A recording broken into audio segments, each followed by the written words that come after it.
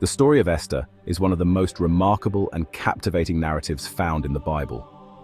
Set against the grand backdrop of the Persian Empire, Esther's tale is one of divine providence working through the courage of ordinary individuals, bringing about the deliverance of God's people. Although God's name is never explicitly mentioned in this book, his presence is unmistakable, weaving through every turn of the plot like the invisible hand of a master weaver, guiding threads that, to the human eye, seem disconnected. Yet, as we'll see, those threads come together to form a picture of God's sovereign will and the salvation of his people.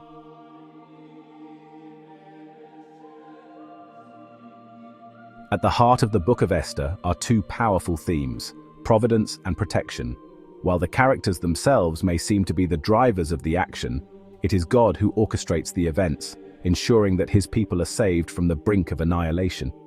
One of the key verses, Esther chapter 4 verse 14, captures this theme perfectly when Mordecai says to Esther, "For if you remain silent at this time, relief and deliverance for the Jews will arise from another place, but you and your father's family will perish. And who knows but that you have come to your royal position for such a time as this."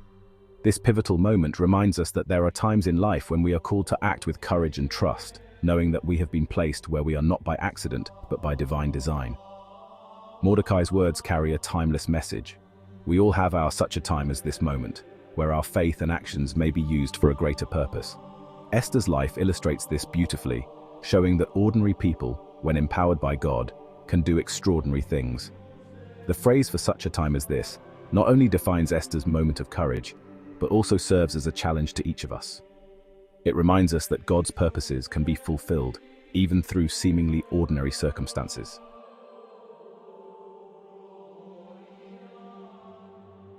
To fully appreciate the story of Esther, we must first step back into its historical context. The events of this book take place after the Babylonian exile during the reign of Ahasuerus, also known as Xerxes, who ruled over the vast Persian Empire. Many Jews had returned to Jerusalem to rebuild the city and the temple, but many others, including Esther and Mordecai, remained in Persia. Esther's story occurs about 50 years after the temple's completion and about 30 years before Nehemiah rebuilt the walls of Jerusalem. Though the events of Esther might seem isolated, they play a critical role in the larger redemptive narrative. Without Esther's intervention, the Jewish people could have been wiped out, potentially erasing the line through which the Messiah would come. This backdrop of exile and uncertainty sets the stage for a series of events that demonstrate the unseen hand of God working behind the scenes to ensure that his promises to his people are kept.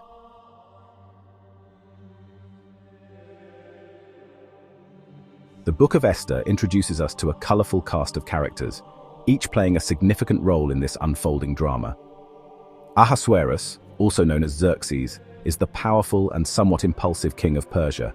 His decrees are law, and his whims often dictate the fate of nations.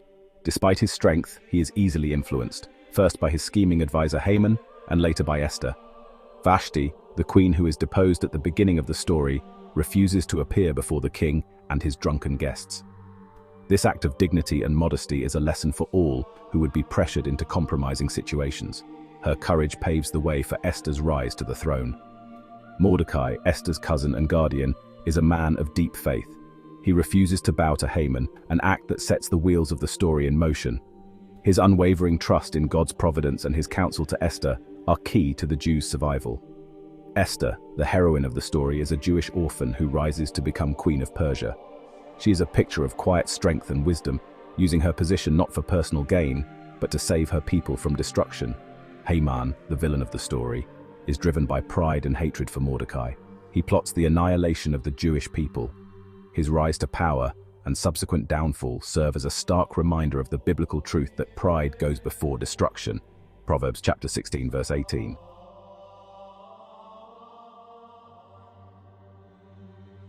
The Book of Esther is structured around three significant feasts. The first is the Feast of Ahasuerus.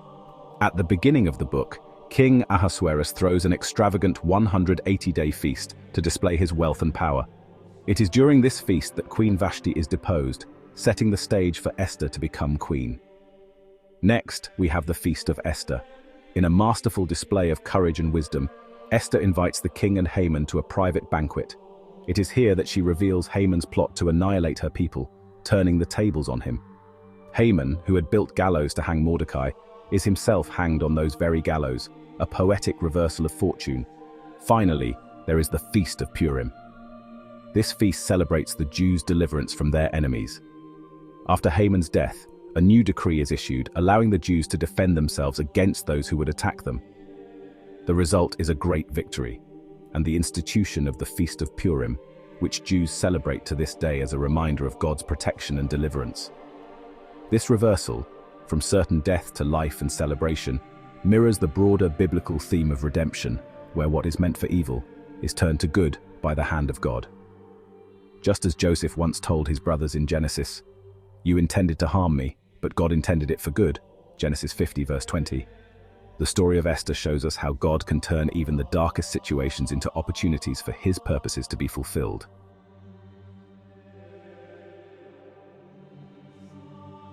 One of the most fascinating aspects of the Book of Esther is that God's name is never mentioned. Unlike other biblical narratives where God speaks directly to His people or performs miraculous signs, here His presence is more subtle. Yet, as one commentator put it, if God's name is not there, His fingerprints are all over the story. This hiddenness may remind us of our own lives, where we often struggle to see God's hand at work in the moment. However, as we look back, we can often see how His providence was guiding us all along. The absence of God's name in Esther does not indicate His absence in their situation. It illustrates how God can be at work even when He seems silent. This concept of divine providence, that God works behind the scenes for the good of His people, can be seen in the fact that Haman's plot is foiled through a series of seemingly coincidental events: the king's sleepless night, the reading of the chronicles that remind the king of Mordecai's earlier loyalty, and Esther's timely courage. All of these point to a God who is intricately involved in the details of human history.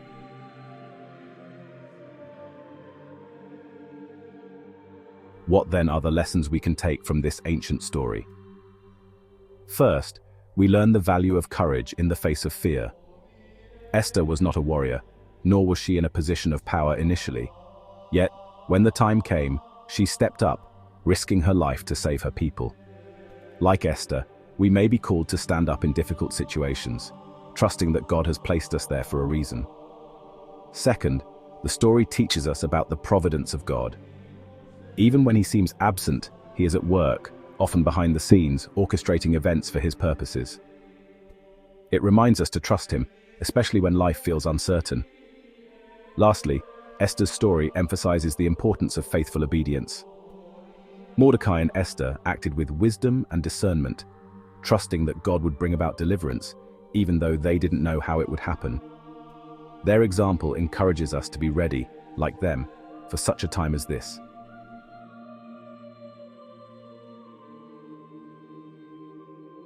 In conclusion, the Book of Esther is a powerful testament to the fact that God's purposes will not be thwarted. Through the courage of a humble Jewish girl, the entire nation was saved, ensuring that God's promise to Abraham that all nations would be blessed through his descendants remained intact. As we reflect on Esther's story, let us remember that we too are called to live courageously, trusting in God's providence even when we cannot see the whole picture. Just as Esther's faithfulness changed the course of history, our obedience to God can have ripple effects that we may never fully understand.